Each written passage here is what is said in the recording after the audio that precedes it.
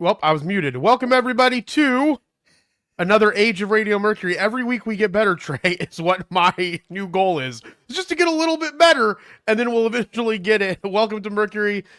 This is a show from Age of Radio that's focusing on podcasting and pop culture news, the podcast and the pop culture that shapes, or I guess the pop media that shapes the culture of today. We have a great show in store for you today. We're going to talk about how K-pop Demon Hunters is taking over Halloween. We're going to talk about Billie Eilish calling out billionaires. We're going to talk about a famous person that I grew up watching from a show called Smallville, Allison Mack, who was in that show, which I absolutely adored. Eventually went to go on to become a cult leader and go to prison for years. And now she's back and she's releasing, wouldn't you expect it, a podcast. And we also have much more news than that. So you're going to want to stay tuned.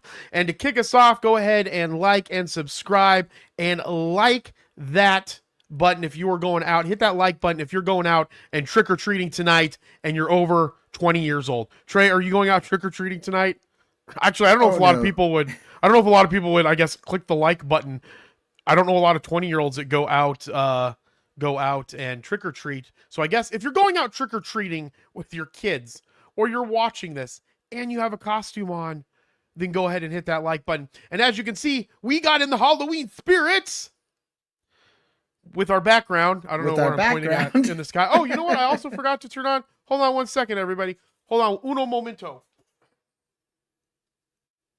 Let me get this light on in here. Getting the light better up in here. Like I said, it's getting better every single week. And I have to give a shout out to Amaran. We're not sponsored by them. So Amaran, if you're watching this, you did repost something that I added you at. So I'm really grateful and thankful for that for you. But one of the things that I love about Amaran is you just have to have the app. And then if you just plug in the light, it automatically connects to the app. I don't have to do shit. I just have to turn on the app and it will show up if the product's on and I can just start using it right away. I don't know if it's like built. It's got to be some type of Bluetooth technology, I'm assuming, but it is one of the things that I absolutely love because now I can control the light with my phone so you can see how oily my skin is. So I'm excited about that. So Trey, to kick us off, tell me, are you going trick-or-treating tonight? You said no. I do not plan on going trick-or-treating tonight, no. Are you going to give out candy at your door? We probably will end up giving out candy at our door. Although, well, it's kind of complicated because we also have family out, so I don't know what the plan is there. But if things go normally, we'll probably end up giving out candy at the door. Nice. I am going to go hang out with Chuck and Bree. They are doing I think they're giving away marijuana for free to kids or something. I don't know exactly what they're doing. I'm just kidding. They're at a dispensary and they're giving out candy and the dispensary is doing like an event and they're there to give out candy, to have a spinning wheel, to have a good time, try to shop their wares. And I had Chuck and Bree on my podcast yesterday, Age of Jeremy. I started a new live streaming segment called Conversations. So Trey, I'd love to get you on Conversations here in the future. It's a cross between planned conversation and then how that opens up and creates other conversation. One of my favorite journalists or interviewers of all time is Larry King, and that's kind of like how he does it. And so I'm trying to test some stuff with that. And you know, I love interviewing people, so and having conversations with people about stuff. We had a great conversation about marijuana, about the marijuana industry, about goods that they sell and the goods that they make. So I'm really excited to see how their business does. So I'm gonna go hang out with them tonight. But I'm worried because if I'm not home, my dogs are gonna go freaking crazy because people will probably be going up and down the street in costumes, and I have no idea how they're going to react with that. And I don't think anybody's gonna be home with them tonight. But when was the last time that you dressed up for Halloween? Oh, it's been a few years now. I think the last time I did it with my brother. And he was still pretty young, but we did Mario and Luigi, and that was kind of fun. Were you Luigi? No, I was Mario. Oh, see, I always have to be Mario because of my stoutness, and I'm so short and plumberly looking. So I'm always Mario whenever I dressed up like that. I always dreamed about being Luigi, though. He's actually my favorite of the two of them, personally. Do you like Mario more?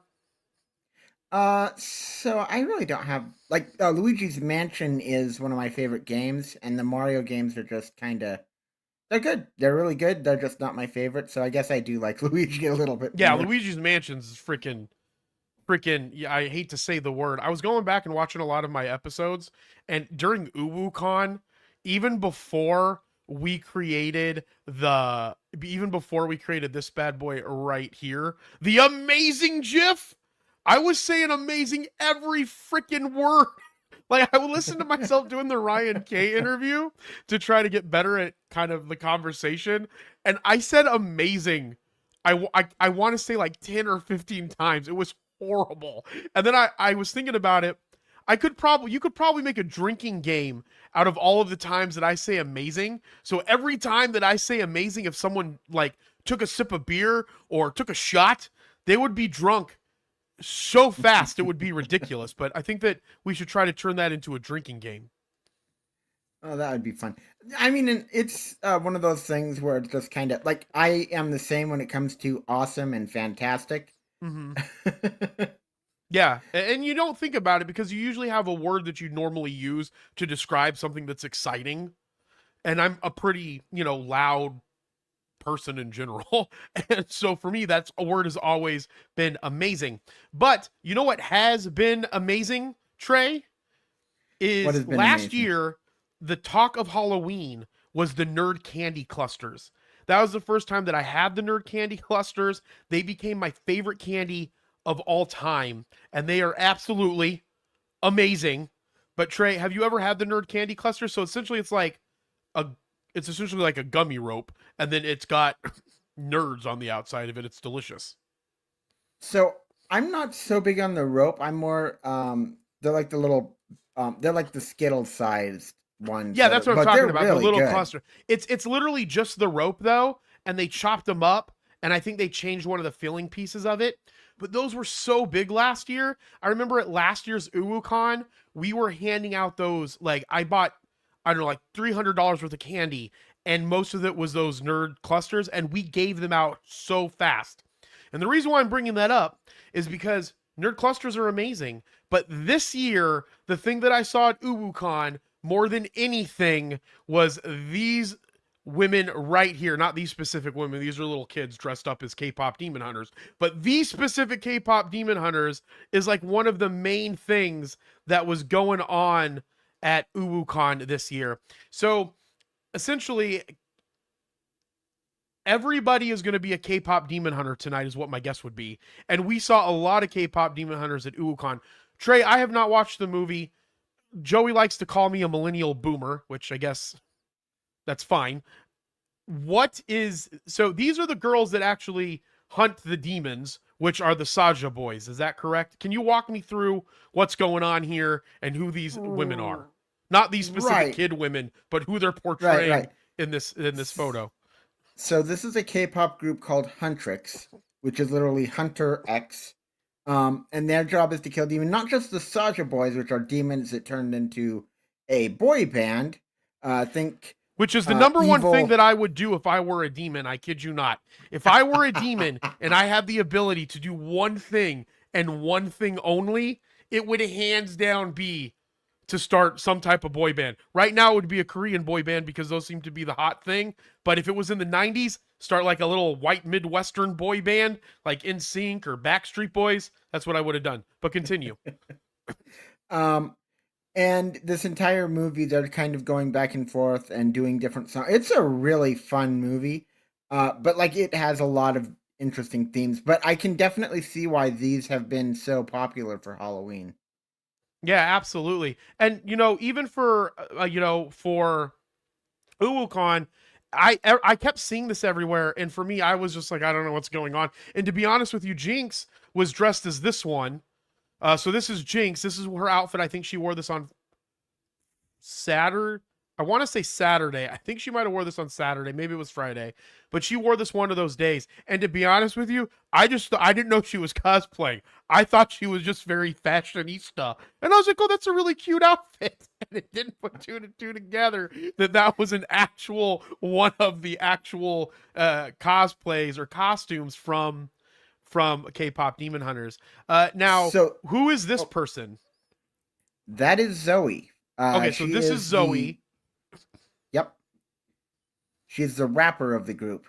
Okay. So she is a fashionista, because the fashionista would definitely be the rapper of the group. And there's always, in all K-pop bands, I know they're not a K-pop band in the group or in the movie. They just sing, right? No, they're an entire group. Their entire band. Oh, they're a group too. And then so are the Saja Boys. Yes. Okay. Well, the reason why I wanted to bring this up, because Netflix didn't expect K-pop craze, and now parents are stuck in a Halloween horror, because this is the story from the Wall Street Journal. It says Kelly Benning's 9-year-old daughter, Alana, badly wanted to dress up for Halloween as the knife-slinging rapper named Zoe. So this is Zoe here. Let's go back over to this bad boy here. Hold on. Oh, no. Okay. And so they wanted to dress up Zoe from K-pop Demon Hunters, the global phenomenon and surprise hit movie of the year, which does have Golden is a really good song. Is that the name of the one, like the really big song? Yes. Yeah, Yes, it is. That is a pop masterpiece right there, and deserved every award. Once I heard that, realized where that song was from, I was like, oh, this is a really good song for a freaking, I guess, kids movie. And so online, Benning found slim pickings. She ordered a Chinese knockoff on Amazon. So the Chinese are getting in on this game. Chinese knockoff on Amazon.com in the 12-year-old fit for $26.79. But when it arrived, it was toddler sized. So frantic, she scoured retail stores until she found the last available Zoe costume just in time for the first party of the season. Trey, was there something that you were crazy about growing up that you wanted to dress as? Oh, not that I can. So there were a few that I were crazy about, but not so many that I wanted to dress as. I thought about I think about like Yugi from Yu-Gi-Oh back when I was a big Yu-Gi-Oh fan. Other than that, not really. I can't Yeah. remember any. No, the only one, this is the one that I dream about every year to dress up still to this day. This is the number one thing that I want to dress up as for Halloween, and it's Grimace from McDonald's. Do you know the big purple guy? That is my Yes. dream. Every year, I think of, I go to Amazon, I price a really good suit. It's like $200, and I'm like, I would really love to go as Grimace for Halloween for McDonald's. That is my dream costume. Anybody that's out there in the comments, let us know what your dream costume is, or what was the costume you were crazy about. And then other than that, it was probably Ninja Turtles. I was obsessed with Ninja Turtles growing up, specifically Raphael. And so I could remember always wanting to go as a Ninja Turtle. I don't remember if I ever actually went though. Thinking about it, I don't remember dressing up a lot for Halloween. Like, did you dress up a lot for Halloween, Trey? Every year, even when I really didn't think about the costumes. Like one time my mom had this random wig. So she put me out on there as Tonto. she and you did you even want to be Tonto during that, or was it just your mom wanted you to do it? My mom wanted me to do it. That's really funny. I didn't mind that much though. Just that was what she. Yeah, and this is the little one, I guess, getting her outfit and it being too small. I don't know. I don't know where they find these people for these articles, to be honest with you. Sometimes I'm looking at Wall Street Journal articles and there's these stories and I'm all, how did that even become a story? I feel like this just became a story because the Wall Street Journal wanted to capitalize and somehow fit Netflix and K-pop into the same news article. That's what I think happened in this specific situation. Yeah, okay, probably. Who is this? That is the name. Well, this Rumi. is Sam. This is Thermo. But who's she dressed as? Yes, I know. Rumi. Rumi. Okay, is so the that's name. Rumi. There's Zoe. And who is the last one? Mira, I believe. Mira. I think that's her name. Nice. All right, so this is Rumi. When I know that in one of the great things about being a part of our Discord, which Trey's going to talk about later, is actually we were able to get some behind the scenes content of Sam actually putting this outfit together, because I think that she spent I think the hair took her a pretty long time to do. That was probably one of the harder parts of it, I believe. Yeah. Yeah, that hair is like ridiculously complex. In the there's a picture, there's some imagery of Sam on Instagram, and in that imagery, she's actually, what she's doing is she is practicing swinging it. And I don't know if it's like swinging from her head. She's got 3 images. So if you want to see that, head on over to Instagram and type in Thermo AZ. And inside of the so she's swinging it. Does Rumi utilize her hair as part of her weaponry or as an attack in the show or in the movie? I think that's just a stylistic thing. All of her attacks are with her sword. So what are the weapons that they each have? So Rumi has a sword, because you've watched this multiple times, Trey, because it's pretty good from what you've been telling me, right? Do you sing and dance? Do you sing and dance during it? No, but I did. I put the soundtrack on when I take walks. We should all get like a video of each of us, me, you, Chuck, not like all together. Well, if you're in Arizona, we could do this together. We should get a video where we're all dancing. We should put on a whole dance show with it. Anyways, I'm getting off topic here. We got a lot of news to cover, but the last one that I want to mention here, because I thought this was pretty impressive, and this is actually from Ryan K. This is from an interview that I did with her at UU. She was dressed as, I believe, Rumi also, right?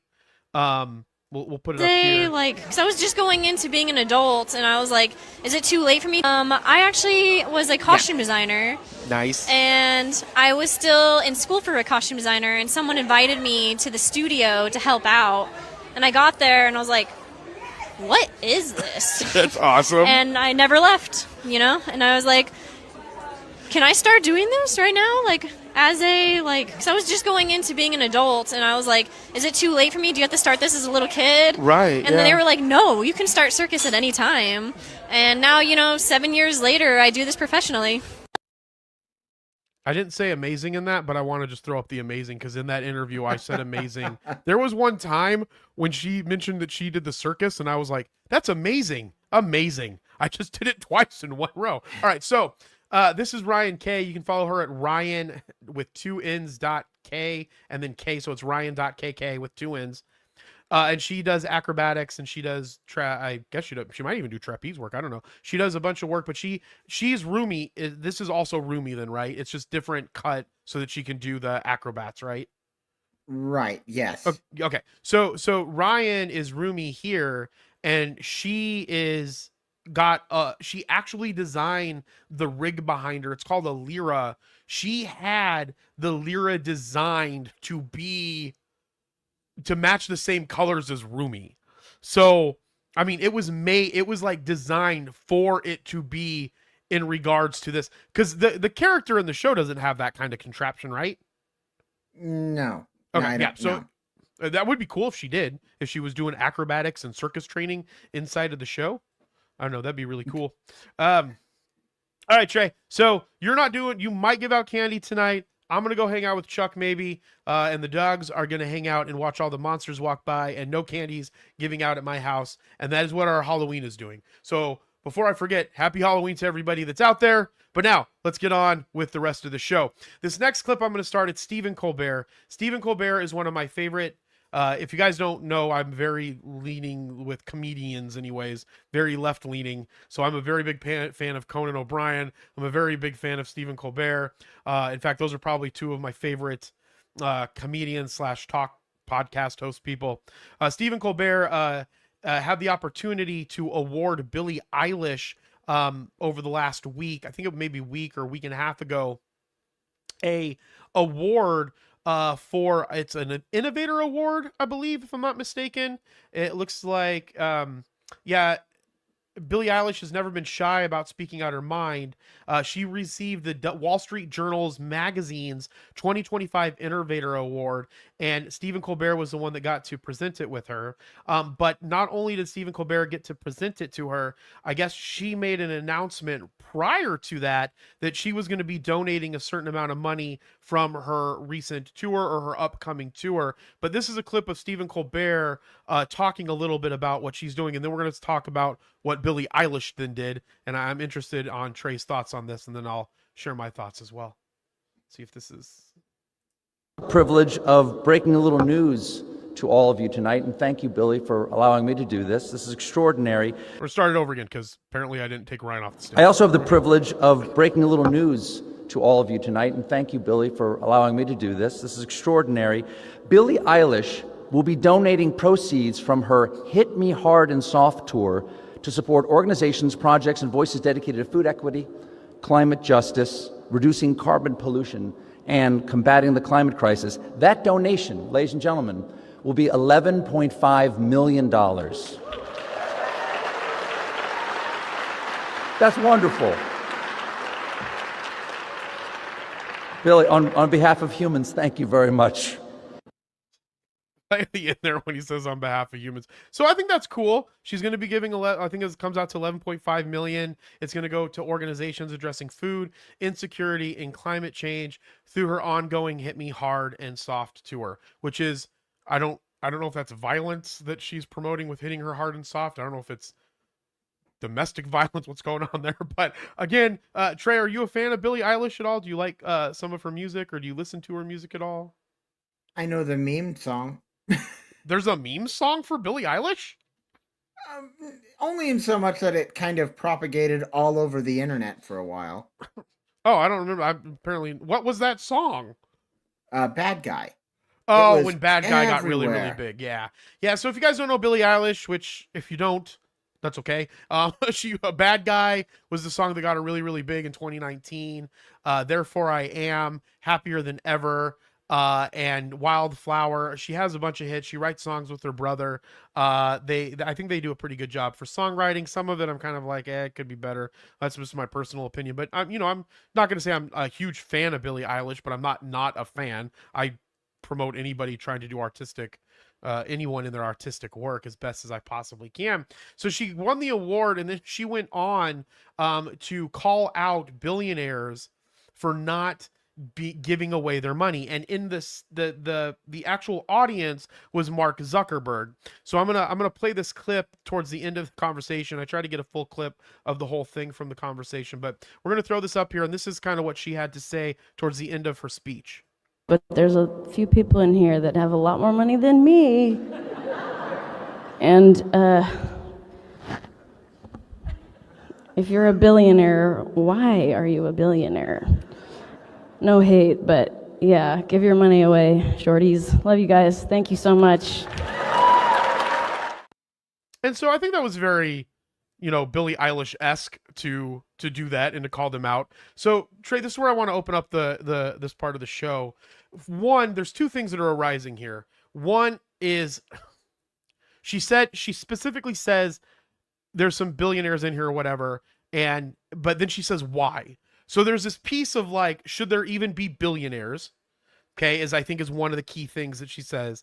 And then the second key thing that she mentions inside of here is that they should be giving their money away. So let's start with the billionaire question, because there are a lot of people that I'm around that are, there shouldn't be any billionaires. I'm very open to share my thoughts on this, but I'd care to hear what your thoughts are. Do you think that billionaires should be allowed? Because people like, Bernie Sanders, they're advocate that it should stop at 999 billion. Everything over that then unfortunately goes back to the government, or I'm assuming would have to go back to, a charity of some type. So Trey, what are your thoughts? I think that there will be billionaires whether we approve of them or not, honestly. Yeah. What is your stance on it? Do you think that we should be in a world where, because Mark Zuckerberg, the person that I think is getting the most attention from this because he was in the audience, right? He's worth $238 billion. Do you think, and I'm not gonna like try to defend anybody, but I'm going to share some important information here in a minute. But with Mark Zuckerberg, do you think that he should be allowed just to be a billion? Like, should that just be allowed in general? Well, so does that count leveraged asset? Does that count company stock? Because when you get into that stuff, like, is he really a billionaire? He's probably a liquid billionaire in some capacity. Now, from your perspective, a lot of the time, the billions are traditionally on paper. Most billionaires are paper. I wouldn't say paper poor. They still have the ability to get leverage. But like, for instance, like with Elon Musk, he probably had some billions sitting around, which is still a lot of fucking money. Excuse my language. But when he bought X, he utilized the leverage that was available inside of his Tesla portfolio, his Tesla stock. So he leveraged that to get his portion of what he was going to do with the financing, and then the other investors came in as well, and I'm sure he put up some billions of dollars as well from cash for a financing piece of it. So a lot of the times it's not where you just continuously, you have it where you can just donate that piece of it, but there's nothing that says that out of, they could make it where a percentage that they get that ends up being billions automatically goes away. But to your point, it's probably not 100% liquid. And this is one of the things where people are like that people should be giving away all of their stuff if they make so much money and stuff like that. These flipping companies, these people like Elon Musk, I don't care for a lot of what he does.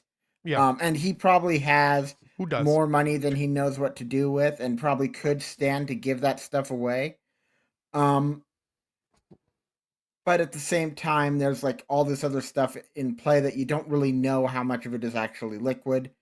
Right. So we could try and take that stuff away. But my actual opinion is it would be a much better well to take to get money from an actual business than it would be the CEO of that business or whoever the wealthy person is. Because I'm personally, again, and I have businesses. Me personally, this is my opinion. This is not an opinion of any of my business partners. This is an opinion of any of the companies that I own with any of them. This is just purely my specific opinion. I personally believe the corporation tax is where we should leverage most of our income taxes from, and lower that income on individuals, on the higher, wealthier individuals as well, and leverage most of it from corporations. That's just my personal opinion. I think that would help with smaller business owners, right? Because that's coming from corporations that are at the trillions of dollars of revenue, right? If that goes up, you can get a lot of that money. I mean, that's one of the main reasons, with and to the wealthy piece of it, maybe it doesn't need it. They can even lower like the regular progressive tax bracket all the way from the top all the way down to the bottom, and increase the amount in which the taxation starts. That's what my personal opinion is. Now, do I think that there should be billionaires? I don't really personally, I don't really care. I think it's a ridiculous amount of wealth to have to not want to be doing stuff that's beneficial for the society. I think that's just weird to me. To me, it's weird having a lot of money and not wanting to give it away, but that's my own personal, opinion. And I don't think that people should be forced to do it. I think it would be good if they would do it, but I don't know if it would even stop, to your point, because they'll find ways. The government will find ways, and the people will find ways that for the government and their friends who are the wealthy to still be able to be billionaires, but on paper it's showing them that they only have the $999 million. That's what I think that would happen. And just to take this just a tad further, I know we have a lot to get to today. But like, we don't know what all, like, so Bill Gates has his Gates Foundation and stuff like that. And a lot of these companies, I think, or not companies, these CEOs might donate their money through their businesses, because those businesses then get tax incentives from it. Correct. And so that was the next thing that I was going to go to, which I think Mark Zuckerberg does shitty stuff all the time. I'm not trying to defend Mark Zuckerberg with this next thing in any way whatsoever. What I'm trying to do is, I feel that media outlets don't always push the other side of what is happening. So like in this Wall Street or the MSN article that we have here, which is by Hannah Daly. I don't know what press or what news this is coming, if it's just specifically with MSN. But like with this here, so Eilish took the podium to accept the honor, looking out at a room of supremely wealthful and powerful guests, including Mark Zuckerberg, who gets called out on this, which I don't think is fair. And then they put his net worth in here, which is $220 billion, not denying that that's a shit ton of money that some of it should be going away. And so people need empathy and help in our country, she says. The 9-time Grammy winner said in the remarks. She proceeds to deliver a blunt call to action directly to the heavy hitters in the room. And this is what she fully says. I'd say if you have money, it would be great to use it for good things and give it to some people that need it. And then she does the love you all, but there's a few people in here that have a lot more money than me. If you were a billionaire, why are you a billionaire? No hate, but give your money away. And then she says shorties at the end of it. And then it goes on, and then it talks about Eilish's 11.5 million donation is going to be funneled into Changemaker program, which benefits organizations working to address world hunger and environmental issues. Beyond raising money through her tour, the singer also provides plant-based food options at her shows, uses biodegradable confetti during her set, sells merch made out of recycled cotton, and encourages fans to bring reusable water bottles and take public transportation to the venues at which she plays. She also previously called out wastefulness in the music industry, so she's a pretty big advocate for change, which right, I think we should be. We should 100% be doing that, and I support, from my personal opinion, I support all of those things that she's doing. What I think is shitty in the part of the person that did this article, excuse my language, is that she did not mention anything that Mark Zuckerberg or his wife Priscilla does for giving back. So, and yes, to your point, Trey, some of this is very much so about tax benefits, right? But Mark and Priscilla, they have the Chan Zuckerberg Initiative, and it's a separate LLC that is focused on research, and then all of the money and all the stuff that gets funneled in that, then they give all of that money away. Like, they have pledged 99% of their wealth to be given away to people. And but what they're doing, rather than giving it to the other organizations that are doing it, and this could be, obviously, like I said, not going to discount, there are probably lots of tax advantages to doing some of this stuff and the way in which they're specifically doing it. But when we look at this, I mean, they're doing a lot of stuff here. I mean, they're working on curing diseases like the Gates Foundation, like AI biomedical research. You know, I mean, they've given millions of dollars and billions of dollars away already, probably, to the San Francisco Bay Area, because they're actively working to improve their community. And so I that's the one thing that I didn't like about this article, was I don't think that it was 100% fair to just show all the great stuff Billie Eilish is doing and then not show any of the great stuff that Priscilla, specifically Mark Zuckerberg's wife, is focused on in the industry. Right. I think it's great. I think that, frankly, I think that article is kind of propaganda-y. Like there's a lot of articles trying to make that kind of point nowadays. Well, 100%, and it's easy to go after Mark Zuckerberg because he does stupid shit all the time. That's like, why did you do that? Like, I mean, the whole thing about them getting sued over the sex bots that were available for children. I mean, they literally had bots that is in their policy to allow the bots to essentially have sexual conversations with minors that they just let slip through the cracks. I mean, and you know, there's been lots of stuff in the past when Mark was younger that they just didn't give a fuck about what people thought or what they did. So I don't know. Yeah, I just think I definitely agree. some It's a little mistakes. propaganda. But to your point, Trey, do you think people that are billionaires, do you think that they should be giving away more of their wealth, or just people in general should be giving away their wealth? Like, what is your thoughts on that? And if you were in their position, what you would do? If I was in their position, I would be giving away a lot of their wealth, but I would also, so like, I understand the back and forth of it, because also a lot of these companies are, like, even the nonprofits are able to do stuff with, like, taxes by giving stuff away, like by having your own LLC or nonprofit and giving that stuff is tax deductible and stuff like that. So I can see, but I can definitely, like, I don't discount it because of that. So if it was me, I would probably be doing a little bit of both, a little bit of giving it away to an LLC and also giving it away just to be charitable and to help people around the world. Yeah, 100%. And again, I didn't mean to put you on the spot. I was just, and if you didn't want to do that, I wouldn't judge you either way. Like, for me, I feel that that's what our responsibility as we get more wealth is to give back. Like, that's one of the things, while I don't agree with a lot of stuff Dave Ramsey says, his message has been pretty clear. His entire thing is, you make more money and you give more money, in his case, usually to the church or to the people or to the needy or what, to that point, you know, and I think that that's really kind of like what we're doing here. But again, I think that's great what Billie Eilish is doing, but I think that the journal article and what's happening on the internet right now is I think they're being way too hard on Mark Zuckerberg, in my opinion, in this piece, because they're just hyper focusing on him because he was the one that was at the event. But I don't know.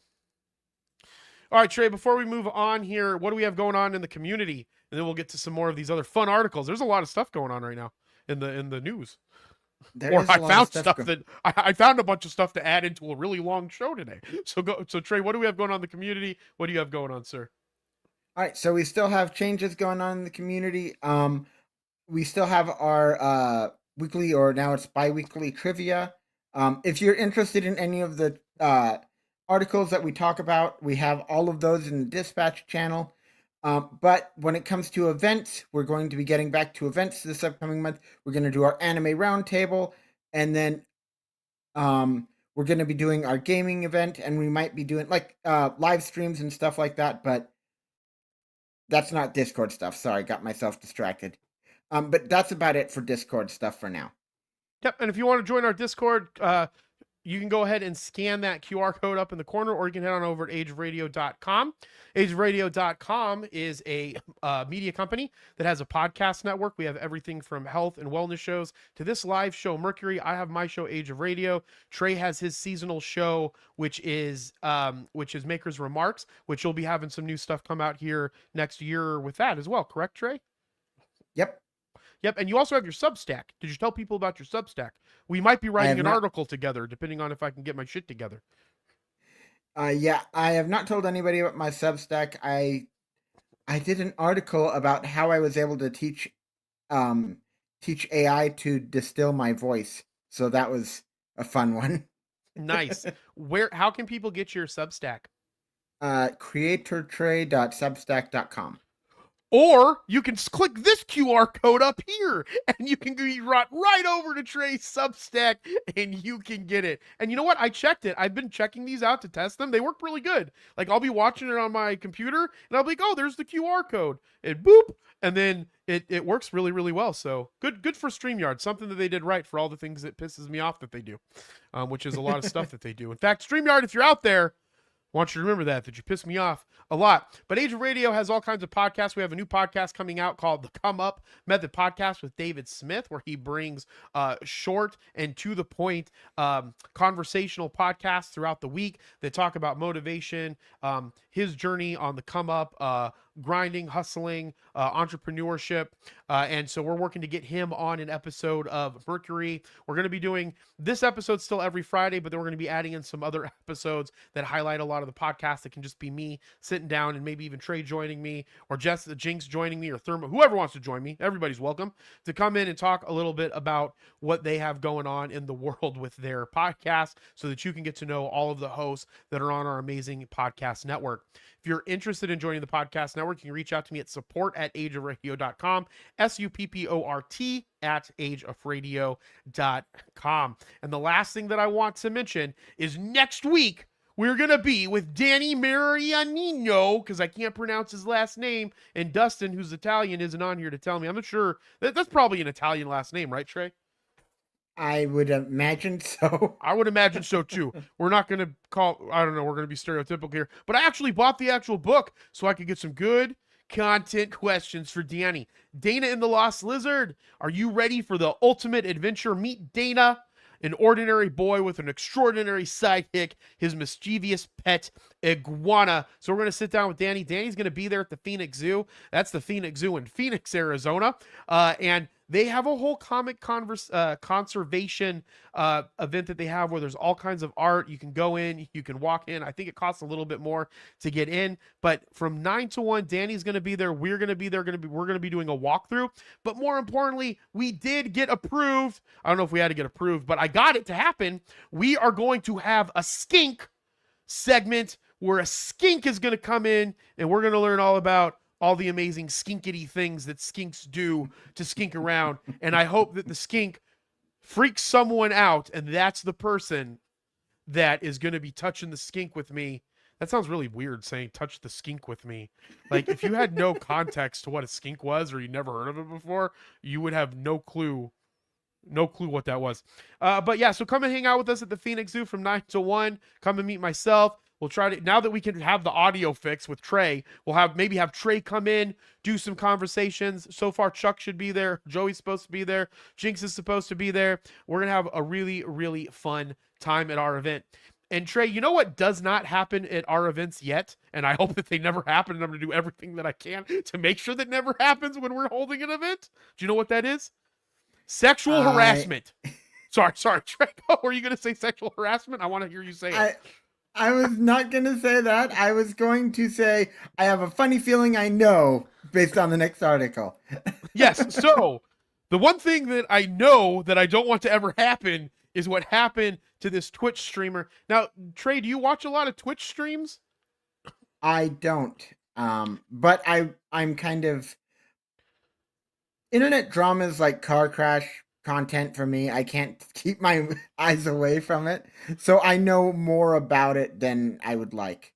Yeah, you don't even know who this person is. And now I know exactly who she is. It's like, oh, maybe I'll start watching her stream. So I guess kind of it ended up kind of good for her if it gets new people to watch her stuff. But horrible what happened. And I want to talk about this because this is a topic I talk about a lot, even when it comes to cosplay. But essentially, Emru, am I saying it right? Emru? Emru. So Emru is a Twitch streamer. She's a very popular Twitch streamer, and a man aggressively grabbed her at TwitchCon and gets pushed off by our security guard. So I actually found a clip of the actual event taking place. And so I'm going to play that right now so we can exactly see what happened. And I don't know how I found this clip, but you can find amazing things when you go down the rabbit hole of the internet. So we're going to play this right now. Just give me 1 second to cue it up here. One day, if Dustin wasn't working all the time and could drive over to my house every Friday, I can make Dustin cue it up while we're talking about it. But here we are. So let me cue this bad boy up. And this is from, I don't know, I'll be honest, didn't do a lot of research on where I found this, but here it is. So we're gonna watch it right now.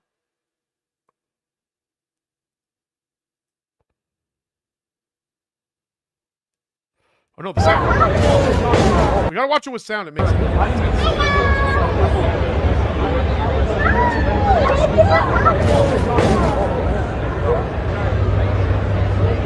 Whoa. Guys, everyone watch. So he grabbed her, he tried to kiss her, then the security guard that she brought came up and pushed him away. And that's essentially specifically But what I'm happened. still like freaked out because he grabbed me. That's not normal. And then he grabs my face and he leans in and lips puckered tries to kiss me. Okay, so essentially after the event, the guy was initially removed and he's banned from ever coming to TwitchCon. If you don't know what TwitchCon is, it's exactly what it sounds like. It's a convention where Twitch streamers are at, is what my guess is. Now, Twitch, if you guys don't know this, Twitch is owned by, I believe, Amazon, if I'm not mistaken now. Amazon bought out Twitch many years ago. I'm pretty sure that that's an accurate statement. And Twitch is a streaming platform. I don't currently have a Twitch. I don't know how to talk to people when I'm playing video games. I'll just sit there and play the video game and forget that anything else is happening. And so I don't do any Twitch streaming. Trey, have you done Twitch streaming at all in the past? I have in the past, not really to the point of like getting any viewers or anything like that, but I have done it. Yeah, so I was watching this, and a lot of people are kind of like upset, like that Twitch didn't do anything. It almost seems like they were upset that Twitch didn't do anything from the beginning of the event about this guy. I don't think, and I think Emru understands that, and I'm going to read her Twitter article here in a minute, and then we'll discuss a little bit. I don't think that they could have prevented it from happening, even if they had more staff. Because you're not going to know, like, I could have been that person, and anybody would let me into any conference, and then I could have sexually assaulted her, and no one would have been none the wiser. So I don't know until the event happened, right? And it didn't seem like this person had been stalking her beforehand. And so can I? Oh, sorry. No, Trey, go ahead, please. I'm going to give a little bit more context here. This guy, so this was at a meet and greet, right? So there were people going and talking to the streamers and getting autographs and stuff like that. This guy, walked around the line to meet the streamers. He did not go through the thing. Got And it. Okay. even after her security guard had pushed him away, there was still no response from Twitch. Correct. And that's the problem. So what I'm saying is, okay, to your point then too, Trey, then yes, Twitch has a responsibility that guy shouldn't even have been made it around the line. That should have stopped that event from happening. That part I didn't realize. So thank you for clarifying that. So yes, 100%. But more importantly, no one gave a shit that it happened after it happened. That's where I think one of the biggest failures is yet. So this is the actual post that she puts up here from her ex, and she is cognizant of the fact that yes, she's aware that yes, it could have possibly been maybe have been prevented, but more so after the fact, no one actually did anything, and she had to raise a ruckus, and then finally something I think kind of happened. And I think that that's one of the biggest problems. So yesterday, the man who assaulted me was allowed to cross multiple barriers at TwitchCon and even in front of another creators to meet and greet, to grab me in my face and try to kiss me. Fortunately, he wasn't able to, but a lot of people pointed out it could have been a lot worse. I'm obviously shaken up by what happened, and it's not the first time I've dealt with something like this. But to tell you honestly, I'm a lot more hurt and upset by how Twitch handled it during and after the fact. I don't understand how he was allowed to make it into me in the first place. And to your point, Trey, then I understand that if he went around the actual people that were in the line. So that should have been stopped 100%. She's a lot more hurt and upset by how Twitch handled it during and after the fact. The security in the clip who reacts is her own security, which is a big freaking problem. Okay. And again, it's true. My favorite and usual security guard was banned for holding a stalker's arm to bring him to police at a past TwitchCon, which I don't know why that specifically would be a problem. It shouldn't have been. Like, if you're a security guard, isn't your job to actually help with the law piece of it when this is happening? Anyway, however, there were at least 3 or 4 other TwitchCon security staff in the area who did not react and let the guy walk away. And as you can see in the clip, since they don't even appear in the frame, the woman who was walking me away is my own personal manager and behind the booth. The only 2 people who were checking in on me and comforting me were her and my friend. None of the TwitchCon staff came and asked what happened, if it was okay. And so that, in my opinion, is like the biggest problem, that Twitch didn't even give a shit that this thing happened at their conference. And so, which brings up a wider problem of actually where I kind of want to go with this. So I'm glad Emru is okay. I hope that it doesn't prevent her from doing, I think it's going to prevent her from doing TwitchCon, but hopefully it won't prevent her from continuing to be a creator, because again, those things can have all kinds of, everybody reacts differently to trauma. And the level of trauma, everybody reacts differently to. And so I hope that she continues to do it, because most creators tend to help a lot of the people that watch them from an emotional standpoint and them following them.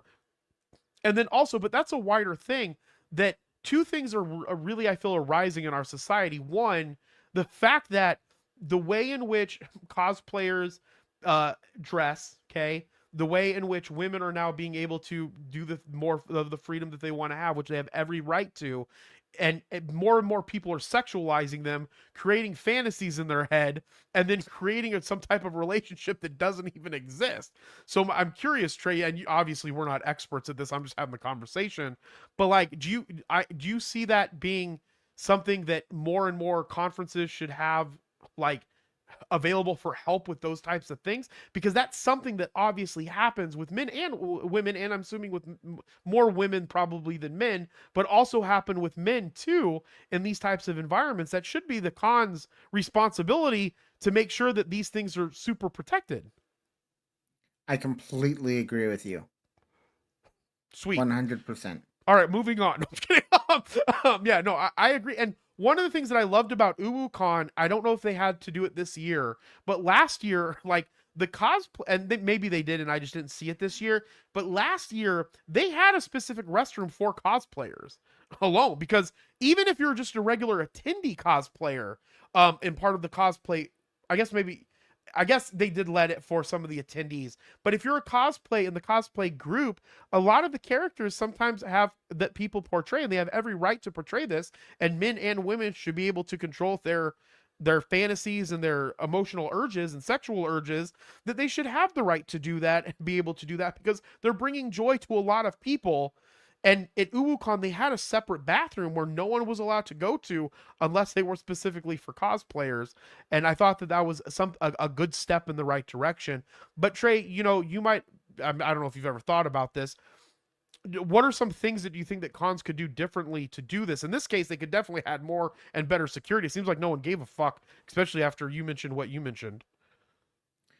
Yeah, we can go all into Twitch on this, but honestly, one having rooms for the people who are doing cosplay and stuff like that is very good. It's a very good step. Room for the people to get away as well if they are doing cosplay and stuff like that. Safe rooms would probably be a really good step. But Oh yeah, I didn't also think about like a room where you could specifically go if you felt unsafe and people were there to kind of help you find out what was going on. yes, exactly. Yeah. Yeah.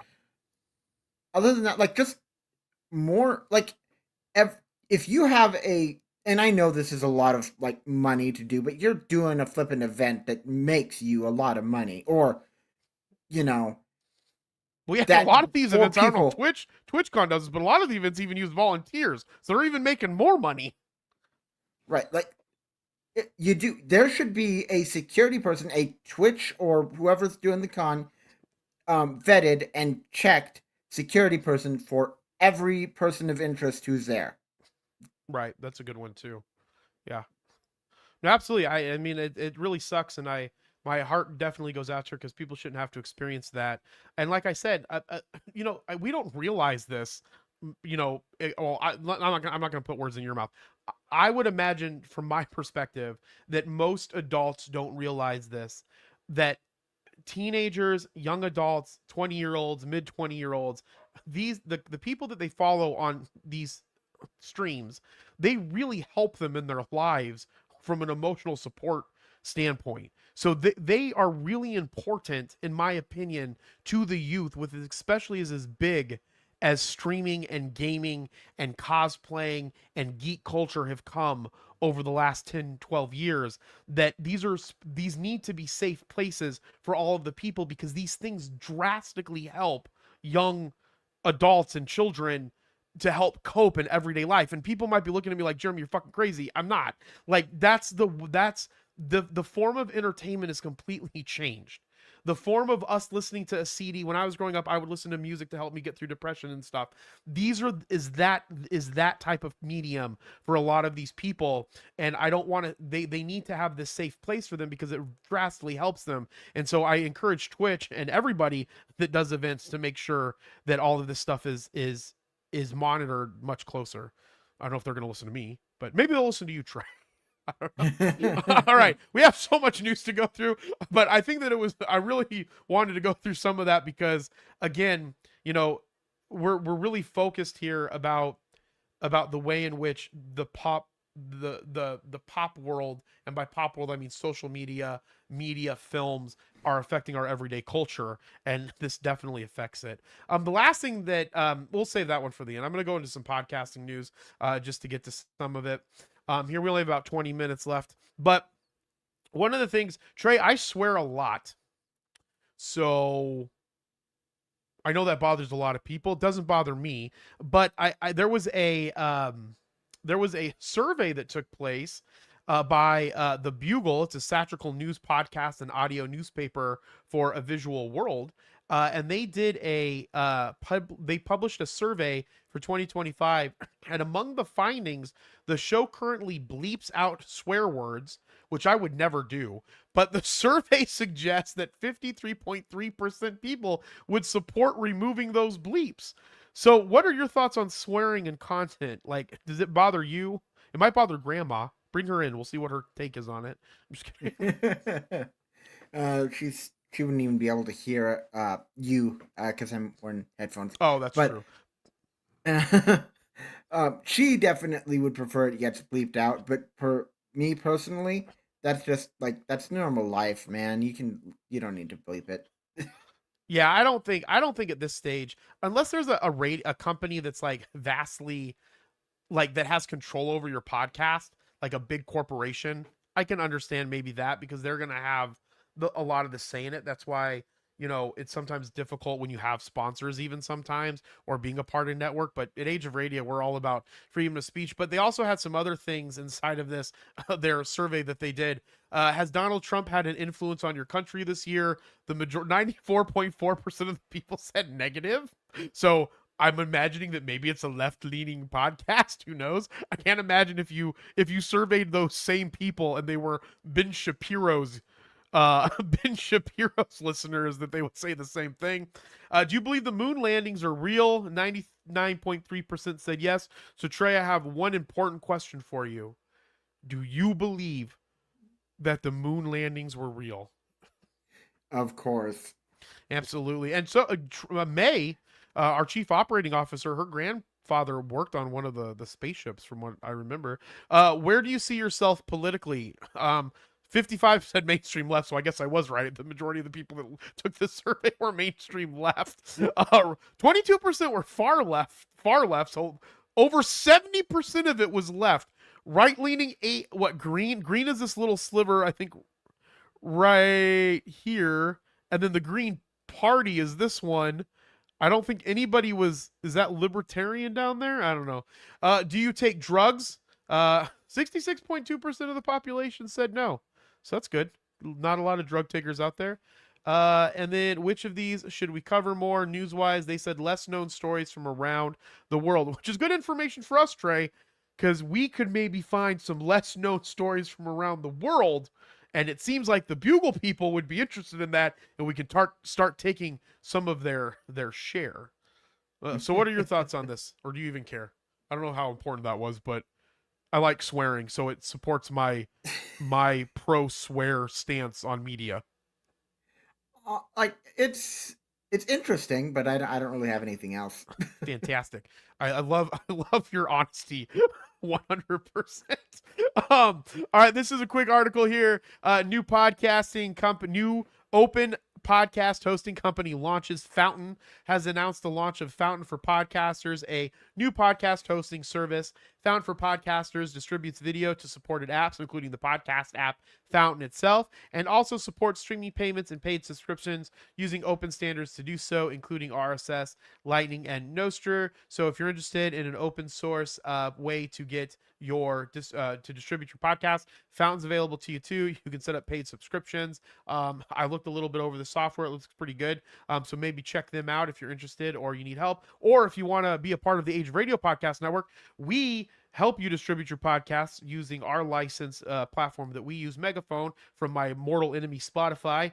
We actually help pay and grow for advertisements for your show and grow your show, and then we work to help find advertisers for your show as well, so you can earn some money. But you could still, while you're doing that, also do paid subscriptions through something like Patreon, maybe. Or if you're like, screw you, Jeremy, I hate you, I don't like listening to your voice, and you say amazing too much, you could try out Fountain and see what your thoughts are on them as well. If you weren't with Age of Radio, Trey, where would you have gone? I don't think I would have, frankly. Just because of the pain in the ass to set it all up, or why? I mean, sure, but also, like, I had never even thought of it until I joined the Warrior Academy, and then I was like, oh, yeah, that's interesting. I wonder if I could do that. Absolutely. iHeart brings Winter Olympics to podcast listeners with NBC Universal deal.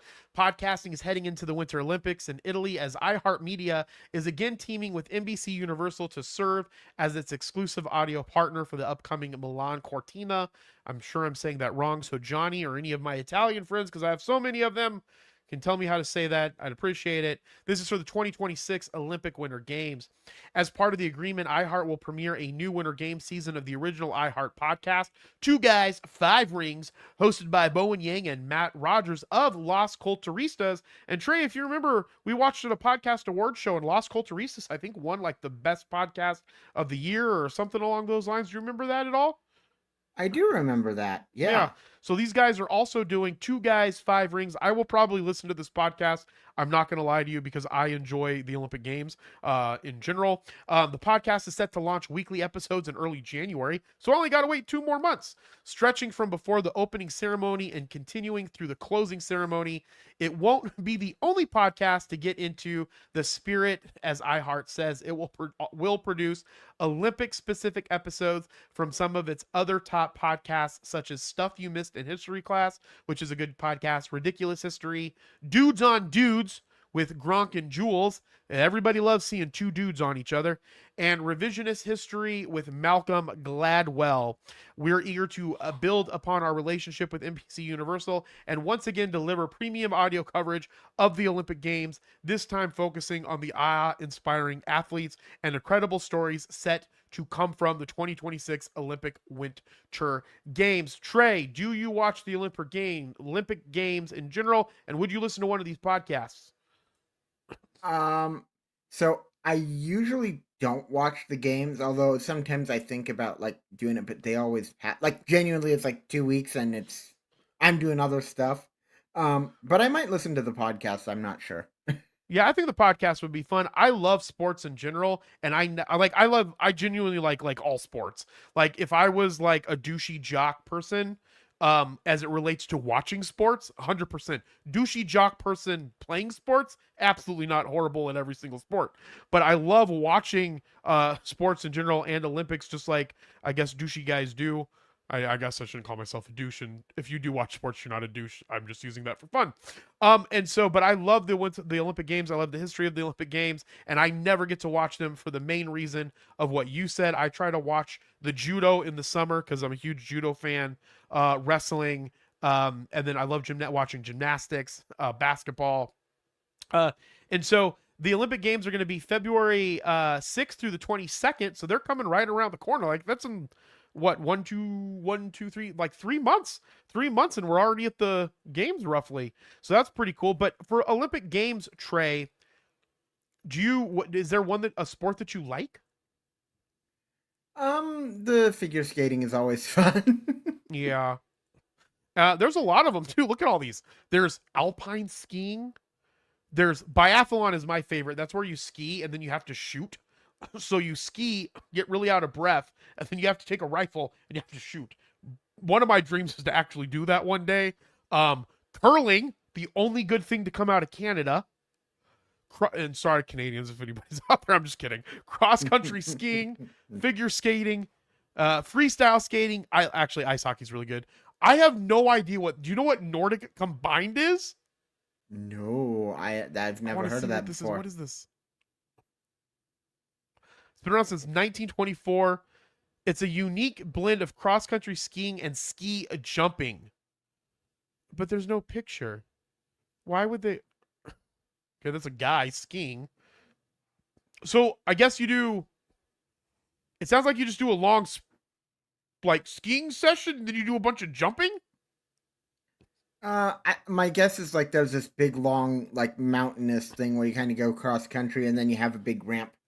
Because isn't that what ski jumping is, where you just go down and ski off a big ramp? You know what, Trey? You would probably know more than me because I live in Arizona. I've seen snow 3 times in my life, and I've hardly done anything on it whatsoever. Ski mountaineering sounds fun, though.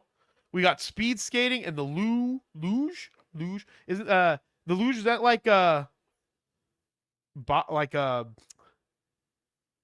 that's the thing where you lay down, everybody lays on it, right? They lay down inside. This is horrible website. Oh yeah, that's where you lay down and you go down it really horrible website, by the way, Winter Olympic people.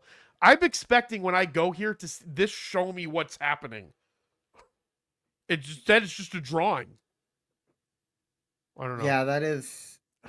Although the drawing does look like somebody laying on something. Well, yeah, that's true. Wait, okay, fine. Call me out, Trey. Whatever. It does look like it's someone laying on something, I suppose. Yes. All right. Trey, what podcast? The Golden Globes. You watch the Golden Globes?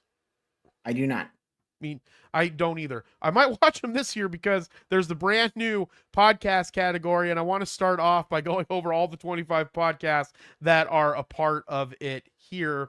And so, and this is really funny because I don't think anybody gives a shit about this. And I think that, I don't know. I'm curious for your thought, but first let's go over the podcasts that are eligible for the Golden Globes. And by eligible, I don't even know what the eligibility is, but it's 2020, 48 Hours, Armchair Expert, Caller Daddy, Candace, Crime Junkie, Dateline, Good Hang with Amy Poehler, Morbid, Mr. Ballin Podcast, Pardon My Take, Pod Save America, Rotten Mango, Sean Ryan Show, Smartless, Stuff You Should Know, The Ben Shapiro Show, The Bill Simmons Podcast, The Daily, The Joe Rogan Experience, The Megyn Kelly Show, The Mel Robbins Podcast, The Tucker Carlson Show, This Past Weekend with Theo Vaughn, and Up First from NPR. So first question, Trey, do you listen to any of those? Not one. Me neither. Well, I take that back. I listen occasionally to Up First. I listen to Smartless. I listen to sometimes Pod Save America every blue moon. And then after that, not really. I don't listen to any of those. Not my, I don't know. Those are just, those, like, they're okay shows. None of them are that great. But I guess it's really a, it's really whether or not you think that they're, like, it's an objective opinion, right? It's not like an absolute opinion specifically. But one of the things here, that was brought up was if anybody's really going to give a crap about this new podcast category. It seems like the Golden Globes are just doing it because it's the hot thing right now. I think people will give a crap, although, I mean, I don't know how much, and I think this is more of people's concern. I don't know how much it's going to even matter because a lot of this stuff, when it comes to all of these events, and we always say this when it comes to the Video Game Awards, which I'm really looking forward to this year. But all of that stuff, there's always like some backdoor money going around. So I don't know. Like I think the main thing that the article mentioned was fairness, wasn't it? Yeah, Theo Von helms one of the 25 shows that the Golden Globe says are eligible to win its inaugural Best Podcast of the Year award, but the host says he has no interest in making a play for the trophies. Vaughn's team says it will not be writing the required $500 fee and submitting his show for consideration. This is the first problem that I have with these things. I'm not going to say the amount. I'm not going to bash anybody for this. But I recently knew someone, and you can easily find out who if you go to my. I recently had two people from two of my businesses do TEDx, and TEDx requires you to pay them to do it. And this requires you to pay them to do it. So not only do they ask you to do the show, but then they ask you to pay them to be a part of it. So just like this, you know what? You, Theo Vaughn, or Trey Cook. Trey, you are honored to be a part of the Golden Globes this year. We are going to put you in for the running for it. All you have to do is give us $500. I think that this is fucking after I started learning about how the real world works when it comes to like people being on stuff and the paying of shit that people require, even though they're asking you to be on it, drives me freaking crazy. Yeah, I think that is absolutely stupid. Yes. And so I'm honored Theo is mentioned by the Golden Globes, but I have no interest in engaging with them or connecting Vaughn's managers, told whoever wrote this article. In the latest, in what appears to be a turning tide of enthusiasm for the embrace of podcasting by the organizers of the Golden Globes, the industry at first celebrated when it was announced in May the high-profile awards would honor podcasters when its trophies are handed out on June 11th. But ever since Penske Media Corp, which owns the Golden Globes, announced earlier this month which of the top 25 shows will be eligible, criticism has mounted. The list of eligible shows was determined by the Golden Globes data partner Luminate, but some podcasters said the list doesn't accurately showcase the industry's creative diversity, and others have slammed the number of conservative podcasts that made the cut. I don't think it matters whether or not a podcast is conservative or not. It's just whether or not there's something that's happening in the podcast that is worthy of possibly being up for an award. Left, right on that doesn't matter, and it shouldn't be in my opinion, something that matters. And there was plenty of left-leaning host podcasts that were on that list. But then there's this company Luminate, which I did some digging up on after the fact. So Luminate is actually a data company. They're the ones that picked the awards. I don't know what they did to actually pick the awards, but that company is its main investor who started the company that is powered by that was founded by a company called the Omidyar Group. So the Omidyar Group is an investment arm of the founder of eBay, and this is his investment arm group, and that company invested in Illuminate, and Illuminate is a data company, and that's the company that actually picked what podcasts are going to be on. It's not even a podcast like type of company, it's just a data company, which I thought was a little weird. I figure if you want to find the best podcasts out there, I don't know, go to Libsyn or go to iHeartMedia. I mean, go to and have them find the most top podcasts out there, or something that's at least or Podcast News Daily, at least something or somebody that's in the realm of understanding all of the amazing podcasts out there that aren't just all mainstream podcasts. That's what my problem was with this. Right, there's even that API, Pod Notes. Is that what it's called?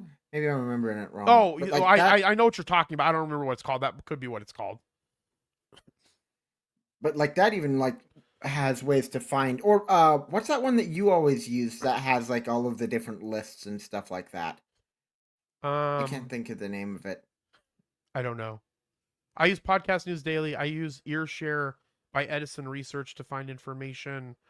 But this is a list of podcasts. There's PodTrack. I don't know. If you think of it, It's your podcast player that you've been using. I didn't think it was a podcast player, Podcast Addict. Yeah, I think that has lists too, doesn't it? Yeah. Well, shit. Even Good Pods. You could have hired any podcast company on the planet, and you could have done any podcast company on the planet. They could have found you at least some more interesting podcasts than what was listed on this list. Is my opinion. I don't know. All right. Well, if you like sex, and you like the occult, and you like sex cults, and you like sex trafficking, which I don't know who the hell would like sex trafficking, then you're going to really want to listen to this. Actually, if you're afraid of getting caught and you're into sex trafficking, you definitely want to listen to this. No, I'm just kidding. Horrible. I shouldn't joke around sex trafficking. Horrible thing that definitely is a big problem here in the United States, and definitely something that a lot of billionaires should be giving their money to help. Especially, there was a recent article in the Wall Street Journal, the New York Times, about Figueroa Street and how bad that's getting in Los Angeles. So Gavin Newsom, get your shit together and do something with all the fucking sex trafficking that's going on in Los Angeles. But anyway, apart from that, Allison Mack, who played in Smallville, she played his best friend in Smallville. She ended up going to federal prison because she got involved with a multi-level marketing company called Nexium. And Nexium sold products, I think, and it was like a motivational type company. And what ended up happening was he created an inner layer of the multi-level marketing company, and in that inner layer he had a bunch of women surrounding it, and his number 2 woman was Allison Mack, who was not only on Smallville, but she was also on Wilfred for a period of time, and she would help him get other women into this special women's group, and essentially she was charged with sex trafficking and did 2 years in prison. And so that is coming out on CBC, which is a Canadian broadcast company, from a show that they have called Uncover. And I'm going to play you a little clip from this here because I think it'll be an interesting podcast. And this story's I always find it interesting when there is someone who was in the limelight and then somehow they get caught up in some weird ass shit. Like, what was the football player that did the Aaron? No, not Aaron. Aaron Rodgers is the guy from Green Bay Packers, the old quarterback. There was that guy from the New England Saints that did that murder. And then that ended up Aaron. What the hell was his name? If you guys remember the name out there, what, Aaron Hernandez. What did you say? I'm trying to remember names. I don't even know if this is even remotely related. I was thinking of Jaeger because I feel like there was a football player named Aaron Jaeger. But no, there might be. Completely. I think it was something Hernandez, but there's a show about him. Those things always interest me because it's interesting seeing these people that have all of this, like, this thing that's going for them, and then even them somehow get involved with something based off of some type of manipulation or something that they're trying to accomplish outside of their success, or I don't know. All those things have interested me, but this is from Allison. It's called Allison After Nexium. And one of my biggest pet peeves is when V is used for a U, even though I think that that's how it was in Latin, if I'm not mistaken, for a word. And so the spelling of this word really makes me angry every time I see it. And I'm going to share that with you right. Is this the one? Right now. This is a CBC podcast. Nexium was one of the most insidious cults of modern times. Marketed as a self-help group, it drew in ambitious women with the promises of growth and empowerment, only to trap them in a system of control, manipulation, and abuse. Some were even branded with the initials of its founder, Keith Raniere. And the person should ask to be branded, so it doesn't seem like they're being coerced. But Keith didn't act on these twisted fantasies alone. He had help from lots of people, including his most famous recruit, Smallville star Allison Mack. He said, in order for me to help you with that, we're going to have to be physically intimate.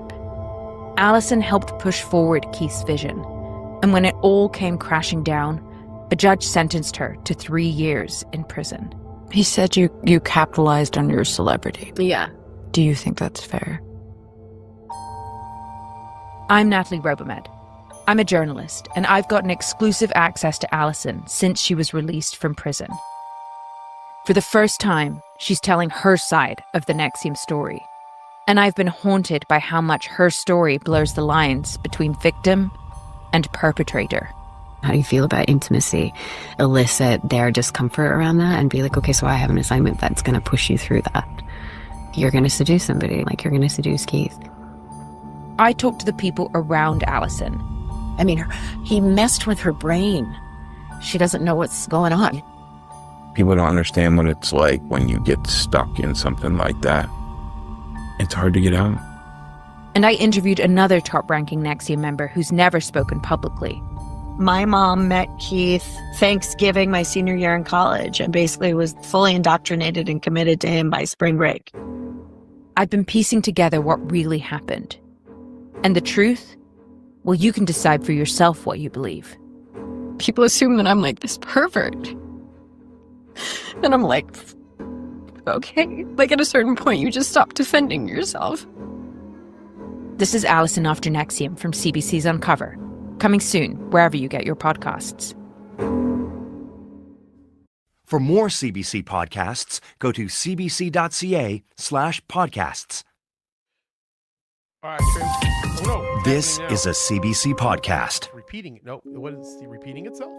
Nope. Introduction. World Hey, of Secrets. Uncover Death is listeners. Why. All right, Trey, what are your thoughts? Are you going to listen to that? Does that entice you to listen to whether or not Allison Max is a victim or a villain or something far more complicated? Sounds like it's a lot more complicated, and it's not anything that I usually get into, honestly. Yeah. Yeah, I'll probably listen to this one because that kind of stuff interests me, especially from the fact that, you know, I think it would, a lot of people, and again, I've never been in that situation, so I don't know. My guess would be that she's a victim in that situation. And I feel, you know, I think that she obviously deserved to do the prison time, probably if she was coercing women to having sex with Keith Raniere or whatever his name is. He's doing 120 years in prison from what I remember correctly, and just looked up online, so I know that's right. I just don't remember his name. I think that, yeah, this one's the one that I'm definitely going to check out. I do enjoy stuff about cults, but 100%. Trey, what are you listening to? Are you listening to any podcasts right now? Or are you just focusing on your blog posting and AI prompting? And what are you working on? So Comfort Zone is what I've been listening to. Love that show. What is that? I don't think I've listened to that. Or I think I've mentioned it. Yeah, well, you probably mentioned it. Doesn't okay. Let me rephrase that. I may have heard of that, Trey. I don't know if I'm listening to it though. Okay, so one of my favorite YouTubers, Christopher Lawley, gets together with two other Mac Stories people, and they all kind of talk about Apple stuff or tech stuff or gaming stuff, and it's just kind of like this round table where they're trying to push each other outside their comfort zone, and I really enjoy it. They've got a very good dynamic, and it's all like tech stuff. Nice. Yeah, what's it called? Comfort Zone. I'm gonna go at it right now because I love listening to tech stuff. I'm hoping that we can listen to me and you just completely enamorate ourselves with tech, and then tech will just completely take over this podcast, and no one will know what the hell it's about ever. I'm just kidding. Last article that I want to mention right now to end us for the evening. I think this is pretty interesting. That Don't Nod and Netflix have combined together to work on a new video game, if I'm not mistaken, and Don't Nod, the developer behind games such as Life is Strange, Jusant, and this year's Lost Records Bloom and Rage, has signed an agreement with Netflix to create a new narrative video game based on a major IP. The news comes from Don't Nod's 2025 mid-year financial report. The development agreement between Don't Nod and Netflix does not reveal which IP will be made into a game, only describing the title as a narrative experience that builds on the studio's recognized expertise in the genre. This project is currently in the works by Don't Nod's Montreal studio, a newer team consisting some of the designers behind the first Life is Strange, which released its first title, Lost Records Bloom and Rage, earlier this year. Whatever this becomes, it will be published by Netflix. Now, Netflix has been involved with a few mobile games that I'm aware of in the past, but this looks like now they're going to start moving into the publication of video games that are going to be coming to TVs. But what I'm confused about is whether these are going to be vis-a-vis through Netflix or they're going to be on consoles. I would imagine these are going to be in some capacity on consoles. I think this one is going to be entirely on consoles. Got it. And so, which is very interesting and something that people need to be aware of. Again, we're not a finance show, but I do a lot of finance stuff. This might be a good time to start looking at the future of what Netflix is doing, because if Netflix is now like, one, it's the top streaming company, even though I think that there's other better content other places, but hands down Netflix is the top streaming company. Stranger Things 5 is about to come out. They just had K-pop Demon Hunters. I mean, them becoming a producer and the content that they're putting out there is just gonna. Oh, then they had, what's that other Korean, that really famous Korean, the one where they kill everyone in a game. Oh, Squid Games. Squid Games. And so again, Netflix is doing a really good job from a production standpoint and from a streaming standpoint, whether or not I think that there's other better content on other platforms. But the point is this is big because now Netflix is going to be going into becoming a game publishing producer. So that means that somewhere in their strategic thinking and where they're trying to move the company and add in different revenue streams and getting into other businesses, they're taking it to the next level because they have a bunch of eyes. It would be very, very easy to advertise their games to people vis-a-vis the amount of eyes that are constantly on them on a regular basis. Trey, what are your thoughts? I think I have an idea on what the series that they're going to make a game out of is, and I'd like to go through that with you real quick. Yes, go ahead, and we're due prediction time. We need to make a predictions GIF. Trey, do you even know how to make GIFs? The only GIF we have is this one. We need one that says prediction time. Where's Joey?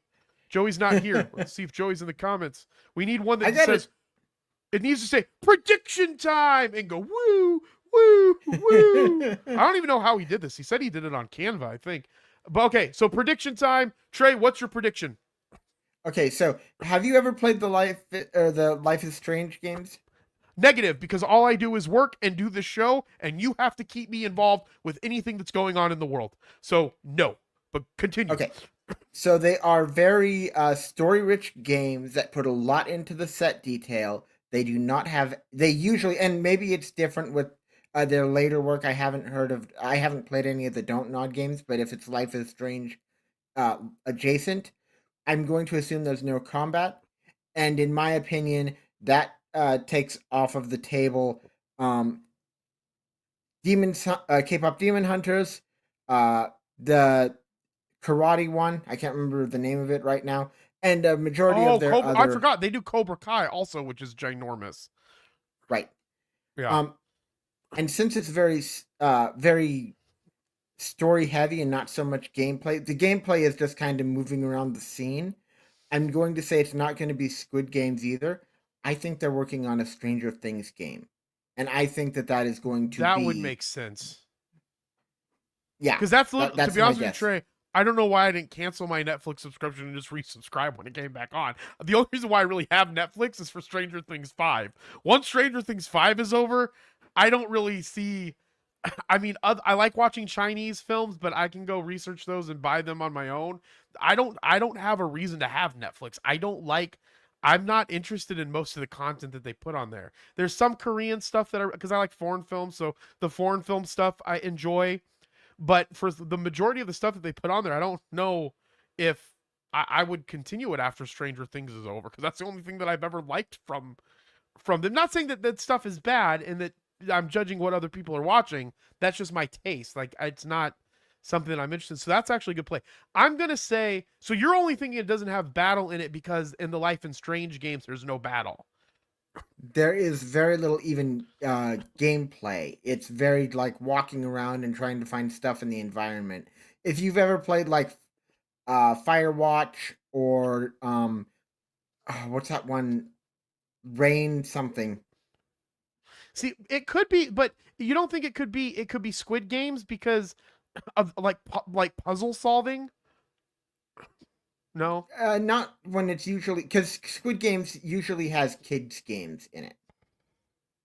Got it. I see what you're saying. Okay. Yeah. Okay. So your prediction. Hold on. I got to put up the prediction sign. Trey's prediction. Ooh, I got to get GIFs. How do you make GIFs? Trey, do you know how to make GIFs? GIFs? How's the word called? I need to learn how to use Canva. Honestly, I might have to get a. I might have to get a premium subscription. Oh, bonus news after we're done with this, because I have one more thing that I wanted to tell you real quick. But yeah, okay. Well, anyways, I'm going to make some GIFs so we can do more predictions. So Trey's prediction is that Netflix's first published game with Don't Nod is going to be Stranger Things, which I don't know. I think it would be cool if they made a K-pop Demon Hunters video game. So I'm going to promote that one because that one seems more fun.